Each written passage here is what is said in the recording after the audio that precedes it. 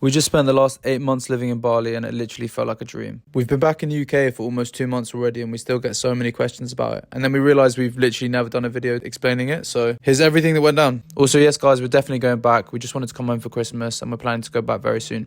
Anyway, we left in March last year and we stayed a few nights in a quarantine hotel because of COVID. Luckily, we don't have to do that anymore because that sucked. But once we got our test results, we got out, explored the area and got to know our way around and very quickly realised we needed to rent a scooter because walking around was taking way too long and it was insanely hot in comparison to the UK. Literally, look how bad my sunburn was, oh my god. So yeah, we got the scooter and we literally ended up keeping it for the whole 8 months because it was like £25 a month, which is insane. And then we moved into our villa, which we only booked for the first month while we looked for something more long term. And it was honestly beyond our expectations. Like, it was so nice. Well, actually, when we first got there, it was kind of bug infested and we had to go to a cleaner one in the complex. But after that, it was all good. The food in Bali is actually really good. There's plenty of Western food places where we were staying in and around Canggu if you don't like the local food. But Mel and I absolutely loved it. Especially nasi campur, which is this local dish where you can choose whatever you want from the counter and they just calculate the price. And honestly, we never paid more than 70k, which is like £3.50 for pretty much all you can eat. So it's very, very good value. And we even found this place which does local food but in the healthiest way, like less salt and sugar, no MSG, and they use coconut oil. And it was so good that we went almost every day for the whole 8 months. It's called Warung Mangala if you want to check it out. Anyway, we both like to work out most days, so we had to make sure we found a good gym, and luckily we found a really good gym right around the corner from our villa called Bull Gym, which we loved and ended up staying there the whole time. And they have this bulldog which runs around, it's so cute. The only problem is it's so hot and there's no AC, but they do have these really big fans, so we just always trained in the evening and eventually get used to the heat. And also it's £50 a month, which is like 3 times more expensive than the UK, but actually way cheaper than the other good gyms in Bali, so I guess it is what it is. Like, everything else is so cheap, so it didn't seem that bad. We kept bumping into this one guy. He was on our flight and then our quarantine hotel, and then we went to a sim shop and he was there again, so we were like, yo, what's up?